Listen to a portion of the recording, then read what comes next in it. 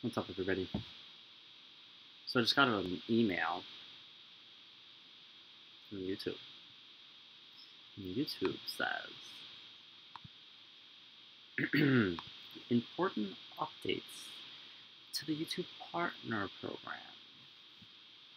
Dear Jesse, today we are announcing changes to the YouTube Partner Program.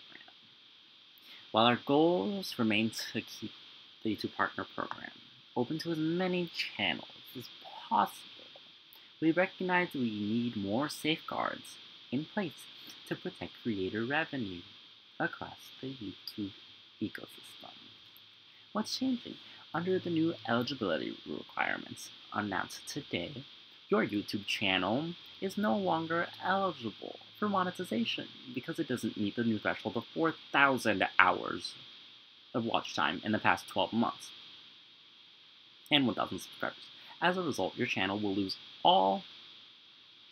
lose access to all monetization tools and features associated with the YouTube Partner Program on February 20th, unless you surpass this threshold in the next 30 days. Accordingly, this email serves as your 30-day notice. Accordingly, this email serves as 30 days notice that your YouTube Partner Program terms are terminated. One of YouTube's core values is to provide anyone with the opportunity money from a thriving channel. Creators who haven't yet reached this new threshold can continue to benefit from our Creator Academy, our Help Center, and all the resources on the Creator site to grow their channels. Once your channel reaches a new threshold, it will be reviewed to make sure it adheres to our policies and guidelines, and if so, monetization will be re-enabled. Whatever. Anyway, so that's fun news. I'm high-key really annoyed by that, but whatever. It's not like I was making a ton of money. It's so annoying. It's so annoying. I'm honestly so mad at YouTube. Because, I mean, it's not because of this. On a, larger scale it is because, so on that other channel, I have, 70,000 views on this one, around 75,000 views on this video, me getting accepted to Stanford. I didn't even, know how to monetize it or do all the monetization stuff. By the time that I actually monetized the video, it already had 90% of the views that it was gonna get, even at this point.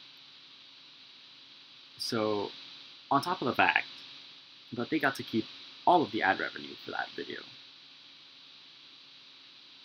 except for $4 of it, which, what is that even? I get you almost 100,000 views, I get you 3/4 of the way to 100,000 views, and you give me $4? Excuse me? What? Anyway, so, I'm done. So I spent most of today reading and, I guess, researching on what I can do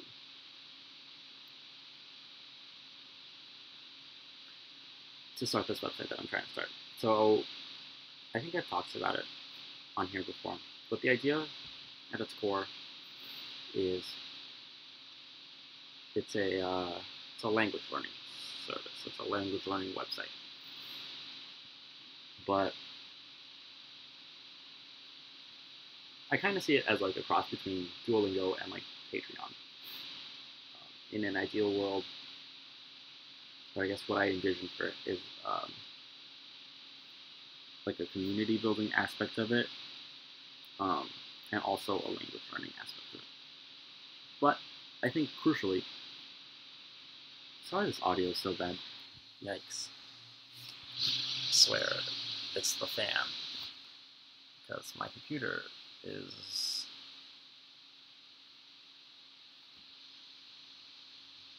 dramatic. Buy it. I'm sorry.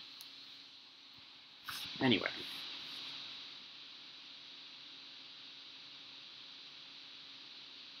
So I just remembered something from yesterday's video that I didn't really flesh out. I was talking about Minds and why I use that social network.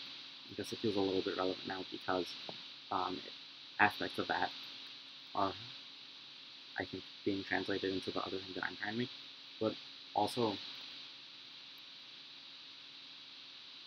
the reason that I mentioned it last time was because of the relationship that I felt like I had with Minds as opposed to the relationship I had with Facebook, where Facebook treats you as a product that is to be sold. Minds treats everyone as a content creator who, rather than being sold, is advertising. Everyone is their own brand, kind of. And I think that's a good way of doing it. I don't know.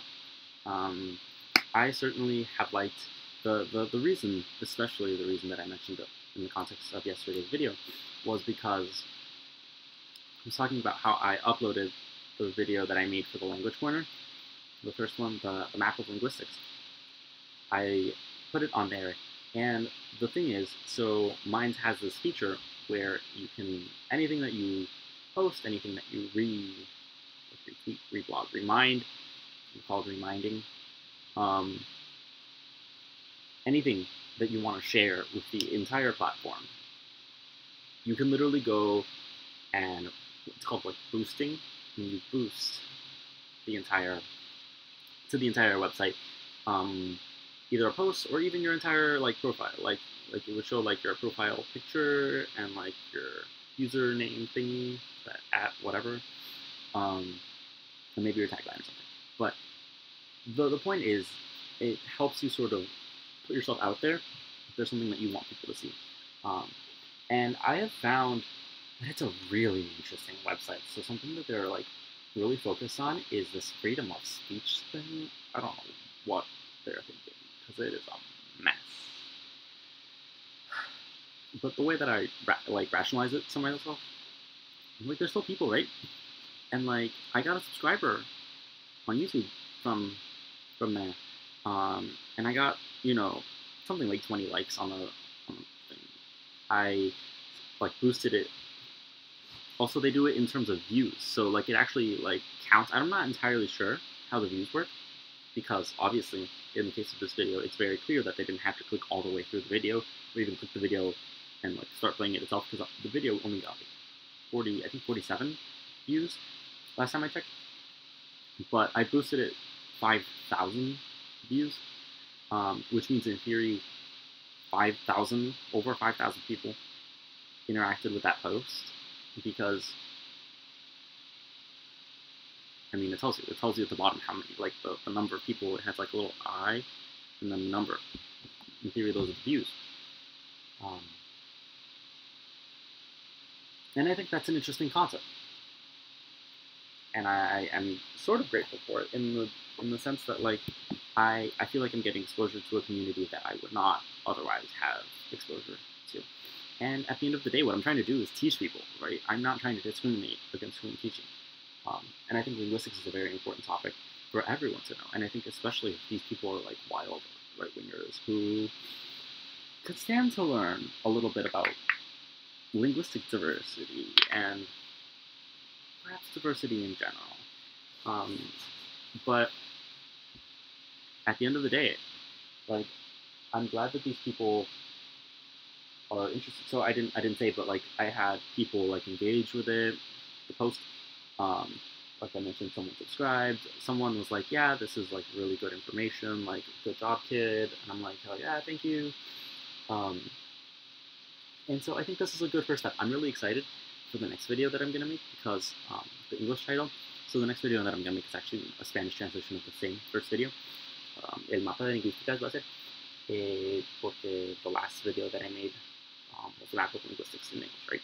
And the idea for my channel is making videos, linguistics videos, educational linguistics videos in English and Spanish. So I'm excited to make the translation, but I'm really, really excited. Actually, I haven't even decided what I'm doing for the next actual video. The third video is going to be entitled Why do black people talk like that? I'm so excited for this video. Because I feel like that's a question people genuinely ask. Like, I feel like people don't realize that, like, first of all, black people, that's not even a homogenous group. Like, that means almost nothing at all. Not all Africans are black. Not all black people are from Africa. Like, look up the indigenous people of Australia. Look up the indigenous people of Papua New Guinea. Look up the indigenous people of, like, all of maritime Southeast Asia. Honestly, the Philippines, Indonesia, Malaysia, that entire region. They didn't call them the Negritos for nothing.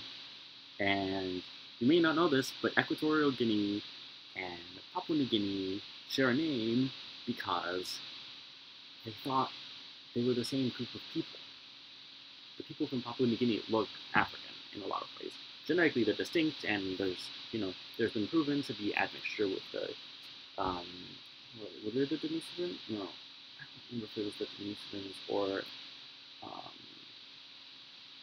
at any rate, the genetic evidence is clear. These groups are all very different, including the Aboriginal Australians. There's just so much genetic and cultural and historical diversity.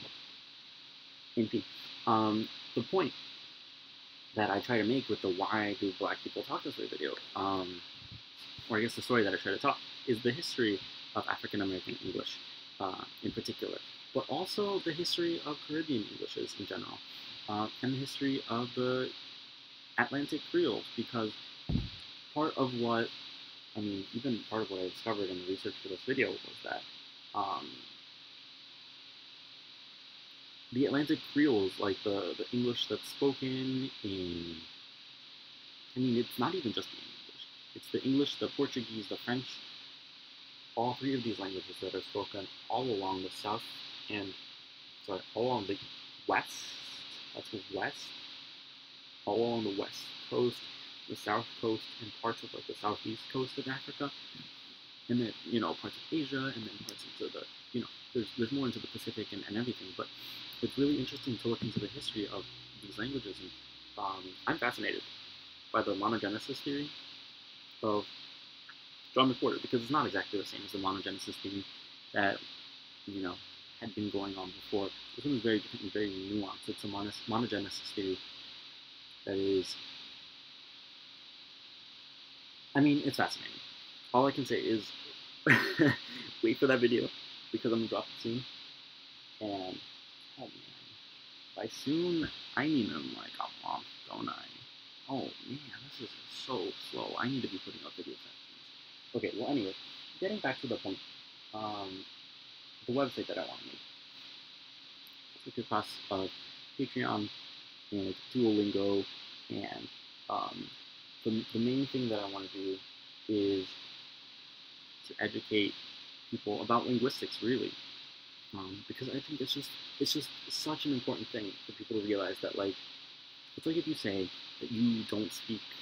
Okay, so I was listening to this podcast today about these linguists talking about Chicano and Chicana English, and it's really interesting. And one of the linguists, the one being interviewed, she said it's important to remember, for everyone to remember. Like, a lot of times you hear dialect, and a speaker of a dialect, or a speaker of like whatever, and the word dialect kind of takes on this negative association, and people think, oh, like a dialect is like not the right way of speaking. That's like not how it works, right? Well, in fact, that is a little bit closer to how it works, and by that I mean that everyone speaks a dialect. It's kind of like if you said, the example that they gave in this podcast was like, and I thought it was spot on, it was beautiful. The example was, it's like if you said that you drive a Honda, but like not a specific model, just a Honda. Like, what car do you have? Oh, I have a Honda. Oh, like a Honda Accord, a Honda Civic, a Honda, like, I don't know anymore models of cars. Yikes. But, yeah, the idea would be like, what kind of Honda is it? And they'd be like, no, just a Honda. It's just a Honda. Like, any variations on the Honda, those are just wrong. They're just a wrong Honda. I just have a Honda, right? Like, no, that's not how that works. And that's exactly how language works, right? Like, I speak English, right? But I speak a certain variety of English. I speak American English. I do not distinguish between the vowels in cot and cot, like COT and CAUGHT. So I speak a Western variety of English or a Canadian variety of English, depending on. There's a lot of like historical debate and etc. But the point of the matter, I don't know what I'm saying, is that the English that I speak isn't without a region. Like, all of the features that I'm using, all of the phonetic, all of the phonological features, all of the morphological features, all of the syntactic features, everything is traceable to a location, in a sense. Uh, for me in particular, because I didn't actually grow up in one particular place, it's a little bit harder to say that I speak a particular variety of English. Like, I don't speak New Jersey English. I'm currently in New Jersey. In New Jersey, they distinguish between cot and cot, which I don't. Even though I lived here for, I was born here. I was born in Hoboken, in Hudson County. Currently live in Bergen County. At least that's where my mom lives. And in both of those places, and even when I lived in Hudson, we lived in Hudson County. All over New Jersey, they distinguish between the cot and cot vowel. But also, I just wasn't in the English-speaking community when I lived here, and arguably I'm still not, because most of my family spoke Spanish, speaks Spanish, and most people in Hudson County don't even speak English, apparently, because, well, at least the people that I interacted with. You could definitely live around here without knowing any English, which is, I guess, nice, but you need Spanish. One European language or another.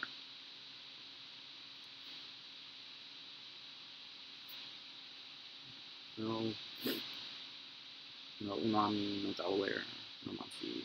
When you're speaking the native language of the land, no one will understand you, sorry. I didn't realize Wyoming, the state, is named in the language here. And, like, the people from here live in, I don't know that they live in Wyoming, but they live, actually I'm not sure. A good chunk of them live in, like, Canada, but I realize I'm pointing in directions as if I know where these places are, like Hudson County, Canada. I think to a certain degree I'm right, but also I'm wondering, like, how do I know this? I've never been to Canada. Anyway.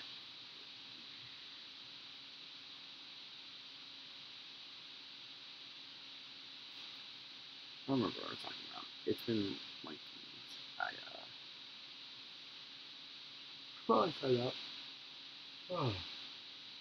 I wonder if I'm gonna, like, share these videos with anyone, because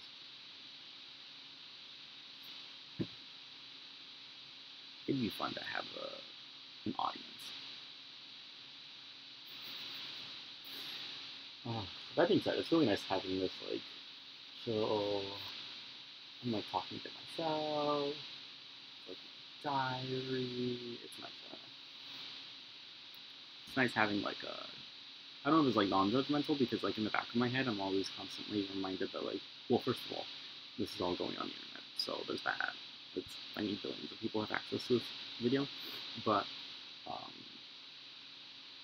don't know if more importantly, but it's always in the back of my mind that, like, anyone I know could at any moment find these videos, and, like, it's always in the back of my head, you know. Don't say anything that you don't really want everyone in the world knowing. Anyway, so I spent most of the day working on that, or trying to get that website up, and it's not, I don't know what to do. I honestly think that I'm gonna have to hire someone to build the, like, basic structure, and then I'll just, like, flesh it out myself. Because what I envision right now is, like, this, like, beautiful decolonization website, and I envision, so it's got 4. Is it 4? Yikes. Visit this 3. Yeah, no, it's 4. So it's got the first and arguably, in my opinion, maybe it's just me because I love maps, but the homepage is going to be a map. It's always a map. And the map, I envision it being in a language, in your target language, so whatever language you're trying to learn. And it's got